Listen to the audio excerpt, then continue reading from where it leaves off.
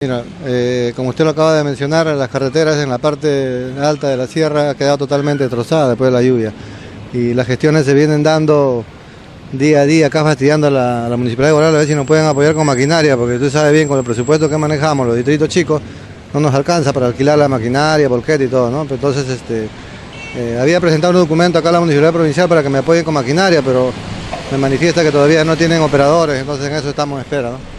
¿Cuándo está, digamos, en esta situación la carretera, en mal estado? Ya lleva varios meses. Usted sabe bien que la lluvia ya pasaron en el mes de marzo, abril, estamos en abril, mayo, ya 2 meses, ¿no? Ya se acercan las fiestas patronales, las visitas se hacen más continuos hacia la sierra de la gente y la carretera en mal estado, a veces da mucho que pensar y las críticas más que todo para nosotros que no hacemos gestiones, pero sin embargo sí estamos correteando, pero a veces no tenemos el apoyo del gobierno central o de la parte del provincial que nos ofreció la ayuda con la maquinaria. Ahora, en las carreteras que comunican los pueblos, ¿cuál es el sector que está más dañado?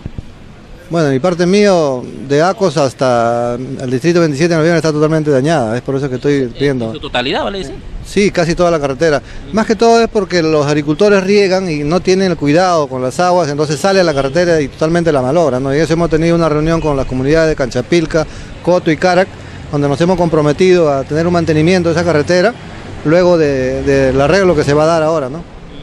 Ahora, ¿esto demanda de repente de un gran presupuesto para mejorar esta carretera o no? No, sí, pues sí, eso es ni hablar, ¿no? O sea, si nosotros vamos a contratar máquina, una máquina te cobra por hora, más o menos en 140 soles la hora. El presupuesto es ínfimo. Ínfimo, no nos alcanza para nosotros, ¿no? Porque ya estaríamos volando el presupuesto. Es por eso que nosotros pedimos la ayuda de la provincial, pero la cual me ha manifestado que en estos días van a contratar el operador y seguramente ya va a estar yendo a la sierra de la máquina, ¿no? ¿Cuál es el tramo de Acos hasta 27 de noviembre? Sí, el mío, ¿Qué distancia tenemos?